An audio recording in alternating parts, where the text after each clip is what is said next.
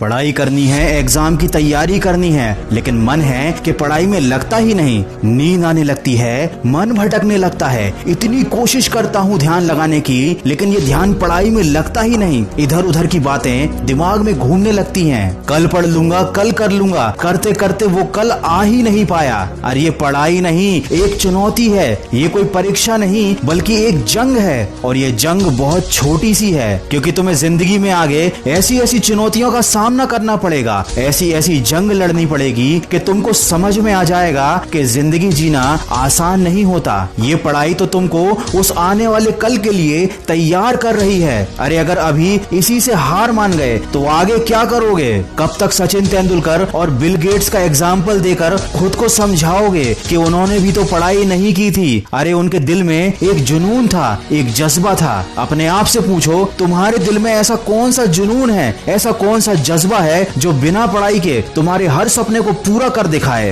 अरे जब तुम्हारी उंगलियों के निशान तक इस दुनिया में किसी और से नहीं मिलते, तो क्यों तुम अपनी तुलना दूसरों से करके हार मान लेते हो? कब तक इन बातों को सोचोगे कि पढ़ाई कुछ नहीं होती, पढ़ाई करने से क्या होता है, पढ़ाई करने से क्या मिल जाता है? अरे अगर पढ़ाई कुछ भी नहीं होती, पढ़ाई की कोई औकात नहीं है, तो ये पढ़ाई तुमसे क्यों नहीं हो रही? तुमको पता है ना, जिंदगी में अगर दूसरों से आगे जाना है, एक बेहतर जिंदगी जीनी है, तो वो काम करने पड़ते हैं जो दूसरों से करते नहीं बनते। सोचो पढ़ाई भी वही काम है जो हर किसी से करते नहीं बनता, और तुमसे भी करते नहीं बन रहा। लेकिन अगर तुम कर लोगे तो तुम उन सब लोगों से आगे निकल जाओगे जो हार मान चुके हैं। आज अगर तुम अपने मन के ऊपर एक छोटी सी जीत हासिल कर लोगे, तो कल बड़ी बड़ी मुश्किलों का भी हल निकाल पाओगे। सोचो अगर इतनी छोटी सी चीज से ही तुम हार गए तो आगे क्या करोगे? सोचो अगर इस मामूली से काम को करने के लिए तुम खुद को फोकस नहीं कर पा रहे हो तो आगे क्या करोगे? सोचो जब तुम अभी अपने मन को काबू में नहीं कर पा रहे हो तो आगे क्या करोगे? मैं ये नहीं कह रहा कि पढ़ाई से प्यार करो, मैं ये भी नहीं कह रहा कि किताब से प्यार करो, लेकिन कम से कम अपनी जिंदगी से तो प्यार करो। आज लॉकडाउन ने तुम्हारे सामने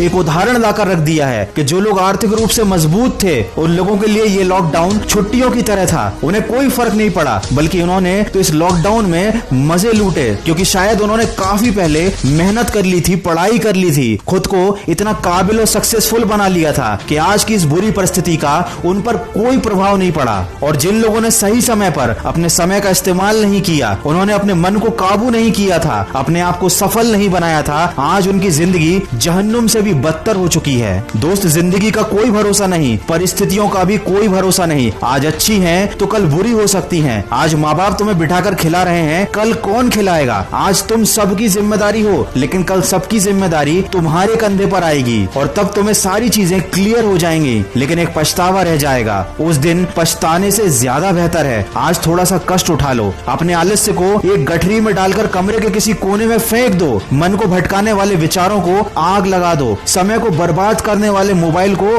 स्विच ऑफ कर दो। अपने दिमाग को थोड़ा खाली करो और एक बार फिर से मेरी कही बातों को जरा ध्यान से सुनो। तुम्हें पढ़ने से कोई रोक नहीं पाएगा, तुम्हें आगे बढ़ने से भी कोई रोक नहीं पाएगा। एक बार मन में शांत दिमाग से खुद से कहो, नो एक्सक्यूज, फिर देखो क्या होता है। ये बात हमेशा याद रखना, तुमको विकल्प बहुत मिलेंगे मार्ग भटकाने के लिए, लेकिन संकल्प सिर्फ एक ही काफी है मंजिल तक जाने के लिए। अगर इंसान में सीखने की और बदलने की चाहत हो, तो वो अपनी गलतियों से सीख कर अपनी जिंदगी बदल सकता है। तो जो अभी तक हो गया उसका अफसोस मत करो, आज से और अभी से एक नई शुरुआत करो। और अगर इस वीडियो में कही गई बातों से तुम सहमत हो तो इसको शेयर जरूर करना। मैं मिलूंगा आपसे अगले वीडियो में, जो आपके जीवन में सकारात्मक ऊर्जा को भर दे और आपको दिखाए एक सही दिशा। सुनते रहिए मन की आवाज।